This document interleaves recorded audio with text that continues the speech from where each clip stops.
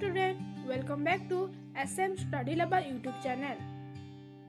तो आज आम पुरस्कार और पुरस्कार राशि जानिबा। जेमती कि आम मैंने अनेक गुड़िया पुरस्कार विषय जानिचे, जेमती सरस्वती सम्मान, सारला पुरस्कार, विजु पट्टनायक वन्यजंतु पुरस्कार, आहरी अनेक गुड़िया पुरस्कार रही। आज आम ये सब पुरस्कार प्राइज केते टंका राशि मिली थाए, केते टंका प्राइज मिली थाए सेगुड़िक जानिबा।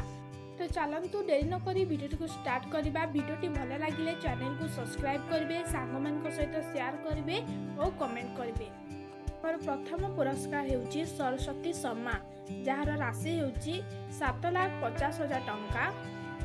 सेकेंड होउची ज्ञानपीठ पुरस्कार, जार राशि होउची 5 लाख टंका। तापर होउची एकलव्य सम्मान रो पुरस्कार होउची 5,50,000 टंका। सेकेंड नंबर पुरस्कार होउची शूद्र मुनि साहित्य सम्मान, जार राशि होउची 3 लाख टंका। सेकेंड होउची सारला पुरस्कार, जार प्राइस होउची 2,50,000 टंका। नेक्स्ट हमर पुरस्कार होउची विजु पट्टनायक वन्यजंतु पुरस्कार, जार राशि होउची 2 लाख टंका।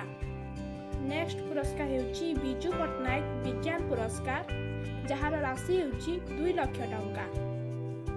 नेक्स्ट होउची विजु पट्टनायक आजीवन क्रीड़ा पुरस्कार, जार राशि होउची 1,50,000 टंका। नेक्स्ट पुरस्कार होउची विजु पट्टनायक क्रीड़ा पुरस्कार, जार राशि होउची 1 लाख टंका। नेक्स्ट होउची अक्षय सम्मान, जार राशि होउची 1 लाख टंका। नेक्स्ट होउची कलिंग पुरस्कार राशि होउची 1 लाख टंका।